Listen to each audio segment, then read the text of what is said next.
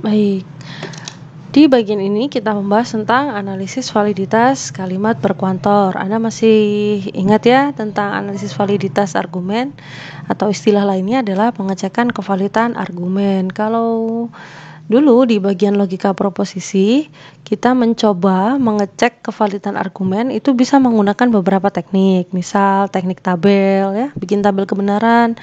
Kemudian bikin teknik, bisa juga pakai teknik normalisasi gitu yang panjang gitu ya, yang diubah-ubah bentuknya menjadi normal konjungsi, normal disjungsi gitu-gitu.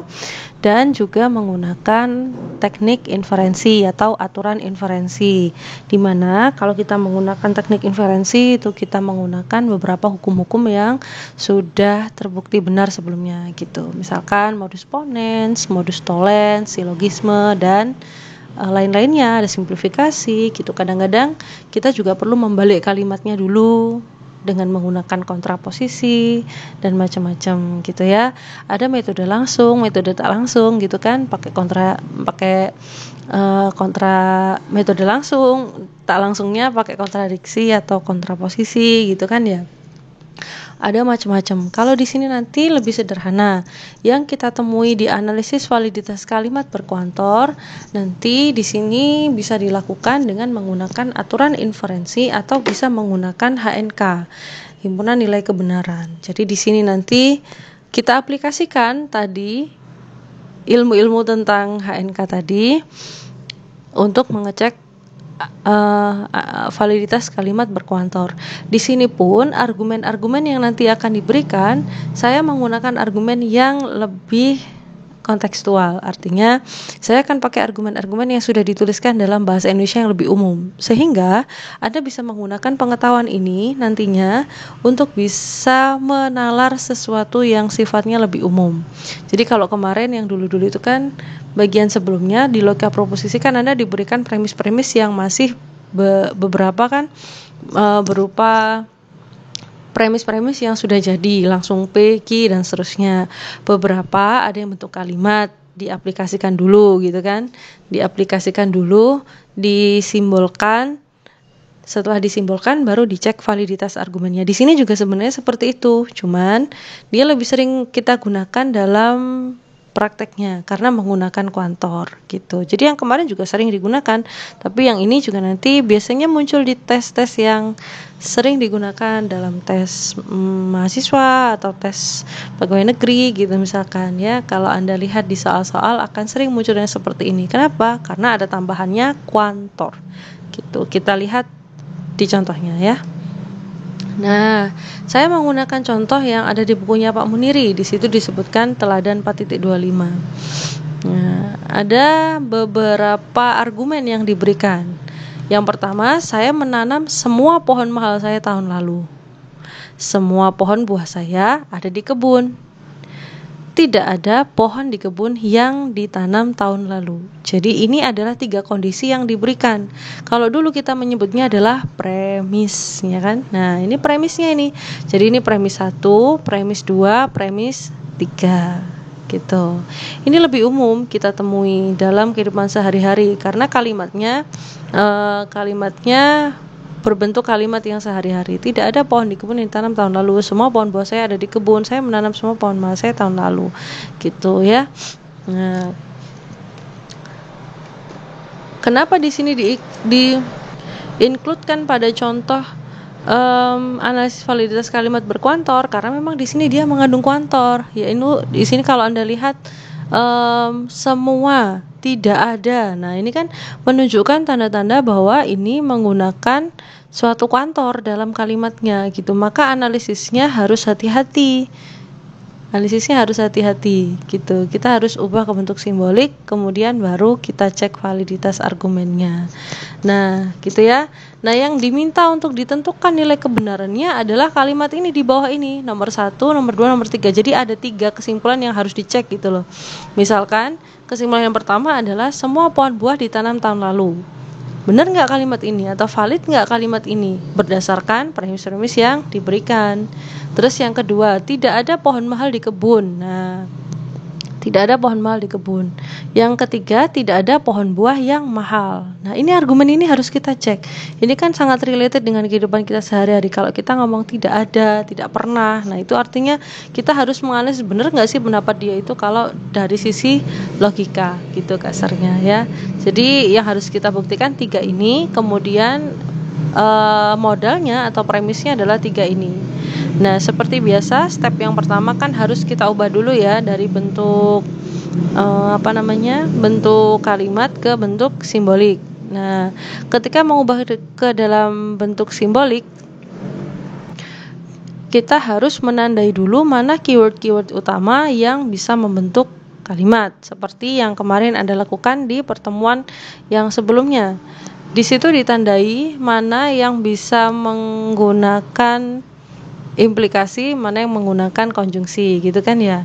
Di sini saya garis bawahi dulu kalimat-kalimat atau keyword-keyword utama. Saya menanam semua pohon mahal saya tahun lalu.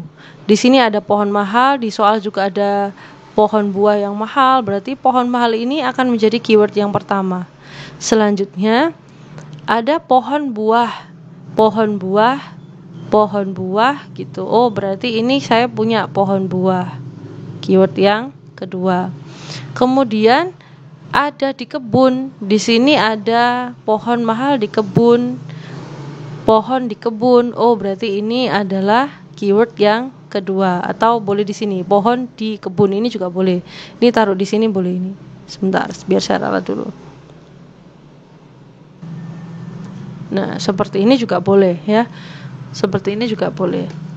Terus di sini saya juga ketemu ada ini ditanam tahun lalu. Ditanam tahun lalu. Oh, berarti ditanam tahun lalu ini juga merupakan sebuah keyword gitu. Jadi ada beberapa poin yang beririsan dari premis dan juga dari kesimpulan, ada beberapa yang sama sehingga ini harus dicek gitu. Sehingga ini harus ditandain sebagai keyword-keyword utama. Gitu ya, sebagai keyword-keyword utama. Di sini untuk pemisalan saya akan menggunakan modal 4 poin ini karena harus dicek di kesimpulan gitu ya.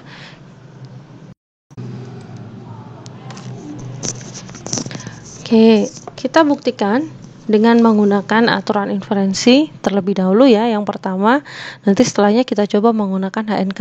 Tapi yang pertama harus kita lakukan tentu adalah membuat pemisalan. Nah, dalam membuat pemisalan, karena saya tadi punya 4 keyword utama, berarti saya akan membentuk 4 fungsi proposisi. Saya namai A, B, C, D. Saya menggunakan variabel X, berarti sini saya tulis AX, BX, CX, DX. Anda boleh pakai huruf yang lain ya.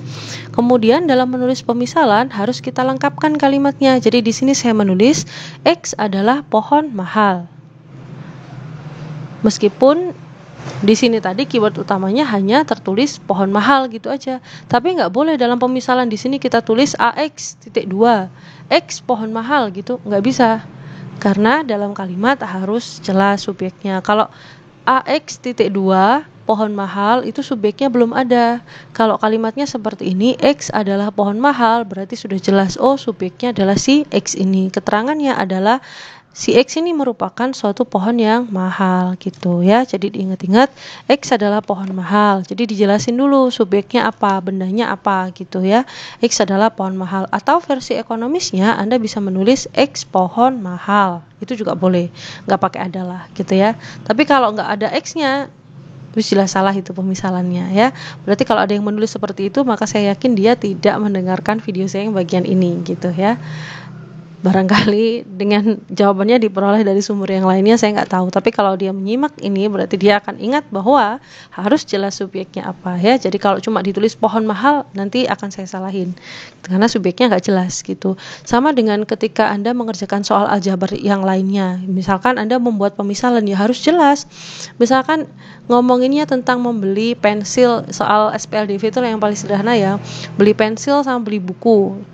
Misalkan Dira membeli 1 pensil dan 2 buku dan Dira membayar 5.000. Sedangkan jika Dira membeli 3 pensil dan 2 buku, Dira membayar sekian. Tentukan harga 1 buah pensil dan 1 buah buku gitu kan.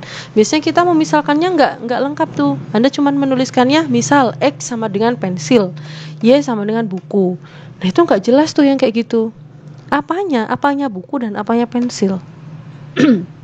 X itu apakah banyaknya buku atau banyaknya pensil, atau harga buku atau harga pensil, ya kan? Harus jelas bendanya, bukunya atau harganya gitu. Kalau memang yang dimaksudkan untuk menghitung harga, berarti tulislah X sama dengan harga satu buah buku gitu.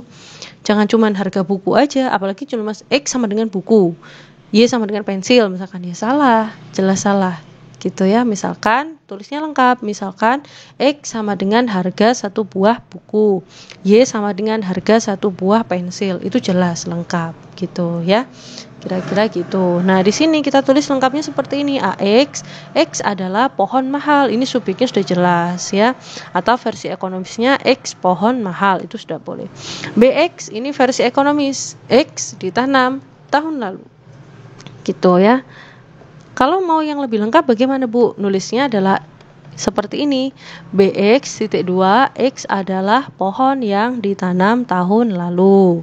Sama kayak ini, CX, X adalah pohon buah, DX, X pohon yang ada di kebun. Kalau mau versi ekonomis ya berarti X pohon yang ada di kebun.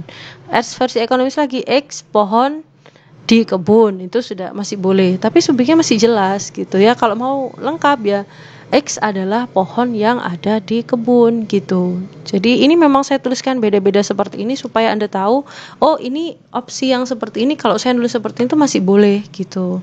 Ya, masih boleh, masih jelas. Kalau yang lebih lengkap malah bagus lagi, tapi kalau kurang dari ini berarti salah nanti gitu karena keterangannya tidak lengkap. Itu ya tentang pemisalan, jadi harus jelas. Setelah sudah kita misalkan, berarti kita beranjak ke premis. Jadi premisnya harus diubah ke dalam bentuk simbolik seperti ini. Premis 1, saya menanam semua pohon mahal saya tahun lalu. Saya menanam semua pohon mahal saya tahun lalu. Berarti di sini kan saya fokusnya ke pohon mahal karena ada keywordnya ya, pohon mahal sama tahun lalu. Ada kata semua, berarti kita diberikan petunjuk ini menggunakan kuantor universal. Ya, kuantor universal. Berarti di sini ini untuk setiap X, AX maka BX. Jadi kalau dibaca untuk setiap X, jika X adalah pohon mahal maka dia pasti ditanam tahun lalu gitu. Jadi maknanya sama di sini gitu ya. Semua pohon mahal, saya menanam semua pohon mahal saya tahun lalu. Maknanya sama. Jadi setiap pohon mahal ditanam tahun lalu gitu ya. Selanjutnya, semua pohon buah saya ada di kebun. Masih pakai semua, berarti kita pakai universe. Pohon buah saya ada di kebun. Pohon buah ada di kebun, berarti CX dan DX ya. Yang terlibat CX dan DX berarti di sini kalau kita tulis dalam bentuk implikasi. Jadi setiap X, CX maka DX. Jika dia pohon buah maka dia pasti ada di kebun. Karena kalimatnya semua pohon buah saya ada di kebun. Jadi jika dia pohon buah maka dia ada di kebun. Menggunakan kuantor universe. Nah, premis yang ketiga, tidak ada pohon di kebun yang ditanam tahun lalu. Nah, ini nih. Tidak ada pohon di kebun yang ditanam tahun lalu. Gimana Bu? Ini kan menggunakan tidak ada. Kalau tidak ada itu berarti negasi dari ada, kuantor eksistensial gitu kan.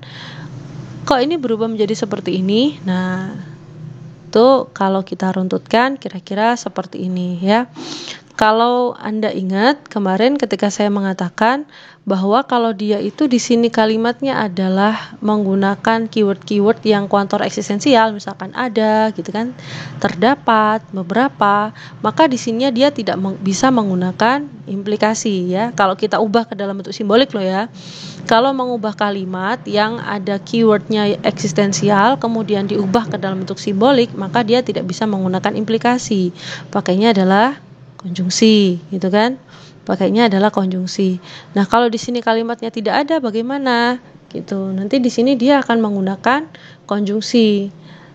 Tapi karena dua kalimat yang di awal premis-premis sudah menggunakan implikasi, maka nanti supaya dia itu mudah menggunakan aturan inferensi, kita bisa mengotak-atik kalimat ini supaya dia tetap bisa menjadi suatu implikasi gitu. Jadi nanti semuanya pakai implikasi sehingga lebih mudah mengeceknya. Kita tinggal menggunakan hukum silogisme gitu. Apakah pakai yang lainnya? Nggak bisa, Bu. Bisa, cuman lebih panjang nanti caranya gitu, dan bisa jadi malah lebih rumit dan ruwet, nggak ketemu jawaban akhirnya gitu. Coba sekarang kalimat ini, tidak ada pohon di kebun yang ditanam tahun lalu. Tidak ada pohon di kebun yang ditanam tahun lalu. Saya ubah ke bentuk simbolik seperti bentuk ini dulu ya, perhatikan. Sebelum itu kita punya modal ini. Diingat dulu ya bahwa implikasi itu ekuivalen dengan negasi P disjungsi Q. Ini mestinya masih ingat ya. Tadi juga sudah muncul nih. Nah, diingat-ingat dulu bagian ini. Selanjutnya saya tulis persis seperti kalimat ini. Tidak ada pohon di kebun yang ditanam tahun lalu. Nah, tidak ada pohon di kebun yang ditanam tahun lalu. Tidak ada berarti saya menggunakan seperti ini. Pohon di kebun adalah DX, kemudian ditanam tahun lalu adalah BX. Karena kuantum eksistensial kita menggunakan konjungsi terlebih dahulu ya. Ingat, ini adalah proses ketika mengubah dari kalimat ke bentuk simbolik. Kalau memang sudah disediakan sebelumnya dalam bentuk simbolik, kok dia nggak pakai konjungsi ya Bu? Tidak apa-apa gitu. Ini hanya ketika kita mengubah dari kalimat ke bentuk simbolik ya. Ini yang beberapa kebingungan yang terjadi di minggu lalu. Nah, sekarang dari sini saya akan ubah ke bentuk yang ekuivalen. Jadi di sini tidak ada berarti negasinya di sini, kemudian ini konjungsi ya. Anda masih ingat bahwa negasi dari kuantor eksistensial akan berubah menjadi kuantor universal. Selanjutnya negasinya ini bisa diberikan kepada fungsi proposisinya. Nah, jadi negasinya diberikan kepada ini. Gitu ya. Oh, ini kurang-kurung satu ya di belakang. Nah, ini sudah saya tambahin. Gitu. Jadi setelahnya kita berarti sudah mengubah kuantor eksistensial ini ke dalam bentuk kuantor universal. Sekarang tinggal kita benahi yang belakang. Nah, di sini kalau Anda lihat negasi dari kalimat majemuk yang mengandung konjungsi, berarti ketika diberikan negasi maka berlaku hukum De Morgan. Jadinya negasinya akan diberikan pada masing-masing predikat ini, tapi tanda operatornya berbalik arah gitu kan, menjadi ini. Nah, setelahnya dari sini kita menerapkan prinsip yang ini tadi. P maka Q ekuivalen dengan negasi P disjungsi Q.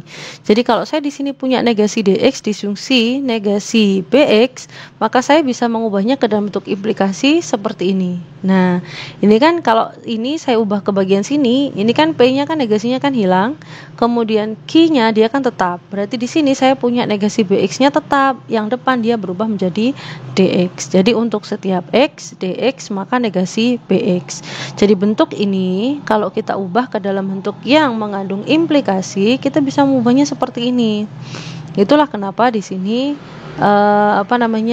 saya menggunakan semuanya kuantornya universal. Ini ya, negasi DX maka negasi BX. Pakai ini boleh, atau boleh juga pakai yang satunya ini, BX maka negasi DX. Kok bisa Bu ini dengan ini ekuivalen? Nah, pakai prinsip apa ini?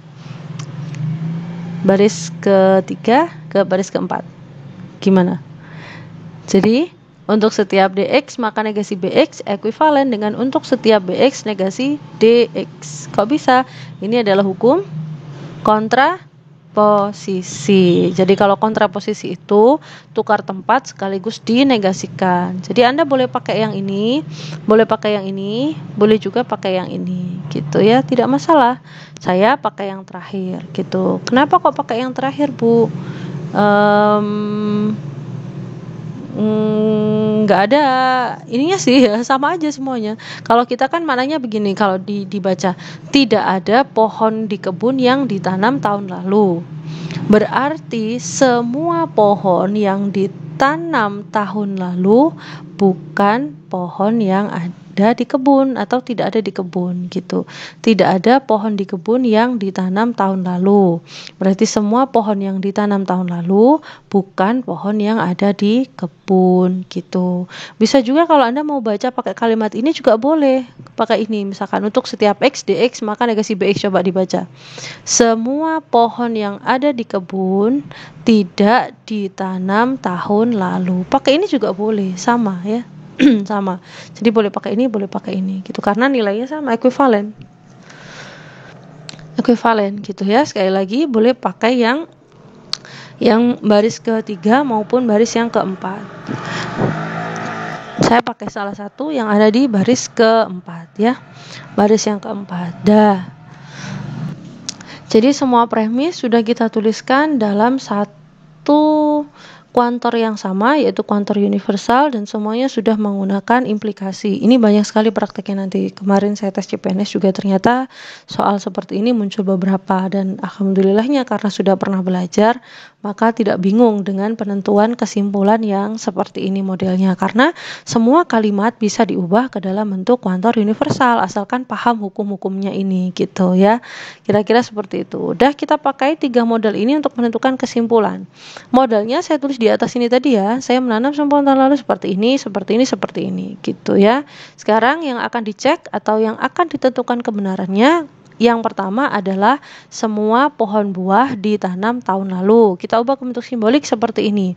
Semua pohon buah berarti CX ditanam tahun lalu berarti BX. Jadi untuk setiap X, CX maka BX. Akan kita cek apakah dia ini valid atau tidak gitu ya. Kita pakai aturan inferensi seperti biasa. Nah, di sini perhatikan di langkah 1 saya menuliskan premis 2. Kenapa Bu kok start dari premis 2? Kenapa enggak dari premis 1?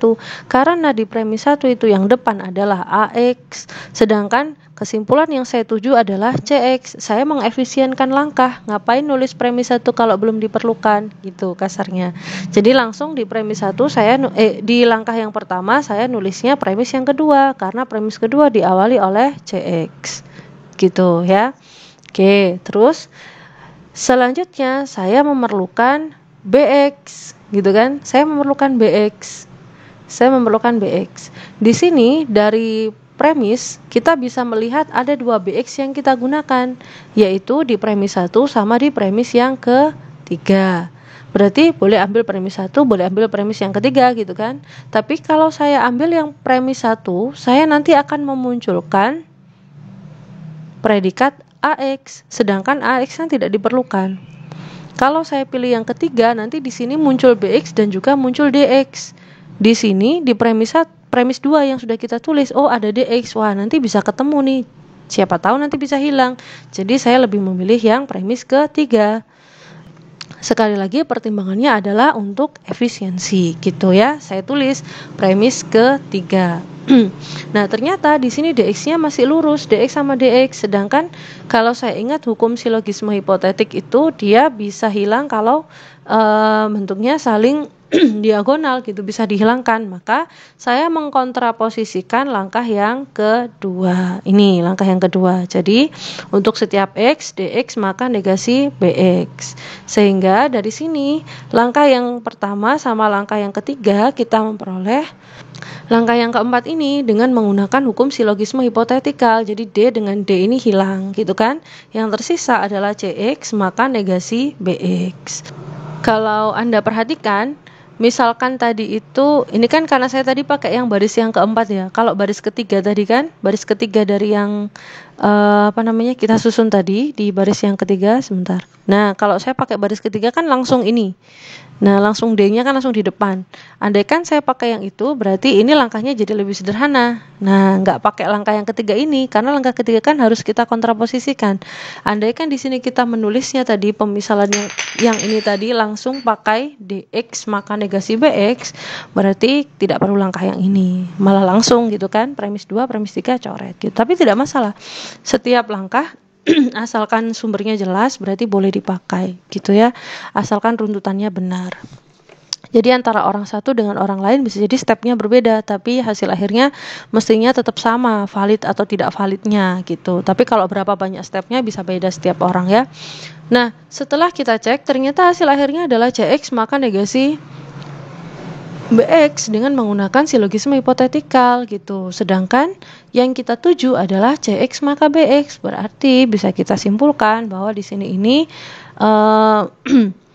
hasil akhirnya kalau kita terjemahkan, semua pohon buah tidak ditanam tahun lalu. Padahal yang dituju adalah semua pohon buah ditanam tahun lalu. Berarti kita simpulkan argumennya tidak valid atau salah gitu ya. Karena di sini diminta menentukan nilai kebenarannya, berarti kesimpulannya salah. Kalau tentukan validitasnya gitu berarti jawabannya tidak valid gitu ya. Kira-kira seperti itu. Sebenarnya maknanya sama sih. Gitu. Karena tidak diperoleh hasil bla bla bla maka disimpulkan argumen salah gitu ya. Bisa ya? Oke. Sekarang pengecekan yang kedua. Kalimat yang kedua yang akan ditentukan adalah tidak ada pohon mahal di kebun. Tidak ada pohon mahal di kebun. Tidak ada pohon mahal di kebun. Berarti ini karena menggunakan eksistensial, maka prosesnya kita akan melalui seperti yang tadi ya. Seperti yang tadi. Kita ubah ke bentuk ekuivalennya tadi. Anda bisa mengulang prosedur ini. Nah, Anda bisa mengulang prosedur ini nanti. Gitu ya. Jadi boleh latihan dijabarkan sendiri nanti di rumah. Nah, di sini kalau saya langsung bentuk kalimatnya tidak menulis penjabaran seperti tadi, tidak ada pohon mahal di kebun. Maka kalimat ini maknanya akan sama atau ekuivalen dengan semua pohon mahal tidak berada di kebun. Ya kan? Tidak ada pohon mahal di kebun. Berarti semua pohon mahal itu tidak ada di kebun. Sehingga bentuk simboliknya menjadi untuk setiap X, AX maka negasi DX gitu. Nanti boleh Anda cek pakai yang tadi ya, cara yang tadi ekuivalen gitu. Tidak ada pohon mahal di kebun, maknanya semua pohon mahal tidak berada di kebun. Jadi bentuknya seperti ini ya. Jadi yang akan kita buktikan adalah ini. Nih, perhatikan modelnya. Berarti yang depan adalah AX, yang belakang negasi DX. Berarti saya nanti akan menggunakan premis 1, jelas karena AX hanya muncul di premis 1. Kemudian DX saya nanti bisa pakai premis kedua atau premis ketiga. Menurut Anda mana yang lebih mungkin digunakan? Premis 2 atau premis 3? Premis 3 ya. Karena di premis 3 kita punya B. Di sini tadi kan punya B juga dari premis yang pertama. Sedangkan kalau saya nanti pakai premis kedua nanti malah muncul C. Muter-muter nanti jadinya gitu. Supaya lebih efisien saya perlu D. Berarti saya pakai yang premis ketiga karena ada yang sama nanti gitu ya. Nah seperti ini. Tinggal dilihat tujuannya mau kemana. Sudah, ternyata ini bisa dicoret menggunakan silogisme hipotetikal langkah 1 dan langkah 2. Jadi di hasil akhir kita peroleh AX maka negasi DX. Sama ya dengan yang kita tuju. Nah, karena sudah sama yang dituju berarti benar bahwa tidak ada pohon mahal di kebun. Argumennya valid gitu ya, easy. Jadi proses ininya lebih mudah sebenarnya asalkan kita bisa mengubah kalimatnya semuanya ke dalam kuantor universal dan pada proses pengubahannya tidak ada yang salah. Jadi kadang bagian salah tuh resikonya di sini. Kadang kita sedikit salah menerjemahkan jadi kalimatnya nggak pas gitu. Simboliknya jadi nggak pas. Kadang-kadang begitu, harus hati-hati ya. Oke, contoh yang ketiga terakhir ya. Contoh yang ketiga, akan ditentukan kebenarannya tidak ada pohon buah yang mahal. Nah, sekali lagi, tidak ada pohon buah yang mahal. Berarti, kalau kita ubah ekuivalennya, tidak ada pohon buah yang mahal. Berarti, semua pohon buah tidak mahal. Gitu kan? Semua pohon buah tidak mahal. Kenapa? Tidak ada pohon buah yang mahal soalnya. Gitu kan? Nah, jadi kita tinggal mengotak-atik kalimat aja gitu. Tidak ada pohon buah yang mahal. Oh ya berarti semua pohon buah itu tidak mahal. Gitu kan? Nah ini semua pohon buah tidak mahal. Sehingga bentuk simboliknya adalah untuk setiap X, CX maka negasi AX. Gitu ya. Semua pohon buah tidak mahal. Gitu. Oke, bisa dipahami ya. Mudah sebenarnya. Sekarang tujuannya, sekali lagi, tujuan saya adalah CX maka negasi AX. C-nya ada di depan. Oh, berarti saya pakai premis 2 dulu. Selanjutnya saya butuh A. A-nya hanya ada di premis yang kedua. Premis yang pertama. Tapi ada di depan. Nah, sedangkan di sini dari premis 2 ada DX, premis 1 ada BX. Wah, ini beda semua nih hurufnya. Berarti nanti mau tidak mau kita akan melibatkan premis yang ketiga karena B dan D ada di premis yang ketiga. Sehingga dalam proses inferensinya kira-kira seperti ini. Saya mulai dari premis yang kedua dulu, baru kemudian premis 2 dengan premis 3 dulu. Tujuannya saya mau menghilangkan DX sehingga di sini D-nya itu ini kita ubah dulu ke kontraposisi. Setelah itu sudah langkah 1 dan 3 silogisme hipotetik, saya memperoleh CX maka negasi BX gitu. Terus selanjutnya kita memerlukan AX gitu kan. AX-nya kita munculkan di sini premis 1. Kemudian karena A-nya nanti harus di belakang, berarti ini kita tukar dulu menggunakan hukum kontraposisi. Jadi negasi BX maka negasi AX. Nah, ternyata negasi BX ini bisa hilang dengan menggunakan silogisme hipotetik. Jadinya ini gitu ya. Ini premis 2, premis 3, premis 1, urutan munculnya tidak harus persis seperti ini.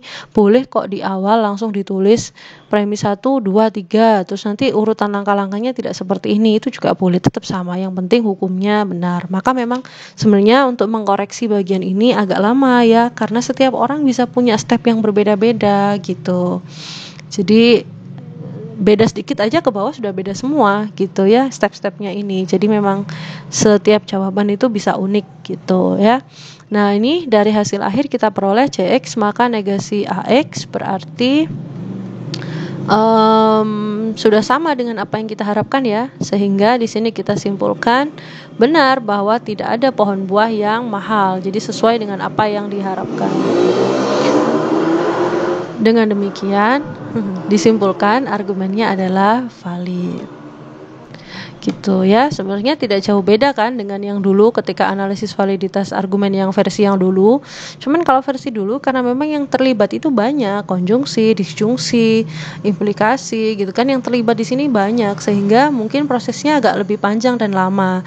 Nah, karena di sini kita diuntungkan dengan penggunaan kata semua dan juga tidak semua, ada, tidak ada gitu kan, sehingga kita bisa mengubahnya semua ke dalam bentuk implikasi. Jadi yang terlibat itu hanya beberapa hukum yang sederhana saja, kayak ini silogisme, kontraposisi gitu. Tidak muncul lagi ponen, tolen. Kenapa?